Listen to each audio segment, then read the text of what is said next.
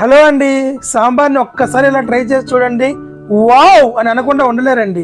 చాలా చాలా టేస్టీ అయిన హెల్దీ అయిన సాంబార్ని మనం చూడబోతున్నాం. కుక్కర్ లో కందిపప్పు, కొంచెం పచ్చనపప్పు తీసుకొని బాగా మెత్తగా ఉడికించుకోవాలి. చింతపండు నానేసుకుని పక్కన పెట్టుకొని బాండీలో ఆయిల్ వేసుకొని ఉల్లిగడ్డలు, టమాటాలు, దోసకాయ, బెండకాయ, దొండకాయ, బంగాళాదుంప ముక్కలు, క్యారెట్, పచ్చిమిర్చి, ఆనపకాయ ముక్కలు వేసుకొని కొంచెం పసుపు, కారం, ఇంకా ఉప్పు వేసుకొని బాగా కలిపి పెట్టుకొని మూత పెట్టి కొంచెం మగ్గిన తర్వాత వంకాయ ముక్కలు ఇంకా మునక్కాడ వేసుకొని మరి ఒకసారి బాగా కలిపి పెట్టుకొని మనం ముందుగా నానబెట్టుకున్న చింతపండు గుజ్జు, ఉడికించుకున్న కందిపప్పు వేసి బాగా కలిపి పెట్టుకొని కొంచెం ఉప్పుని అడ్జస్ట్ చేసుకొని మూత పెట్టి కొంచెం సేపు ఉడకని ఇవ్వాలండి. తర్వాత కరివేపాకు, కొత్తిమీర కాడలతో సహా వేసుకొని మరి కాసేపు ఉడకనిచ్చి మన స్పెషల్ సాంబార్ పొడిని వేసి ధనియా పొడి, ఫైనల్ గా కొంచెం కొత్తిమీరని యాడ్ చేసుకొని పక్కన బాండీలో తాలింపు కోసం ఆయిల్ వేసుకొని హోల్ తాలింపు మసాలాలను వేసి అవి బాగా వేగిన తర్వాత లైట్ గా దంచిన వెల్లుల్లిపాయ వేసుకొని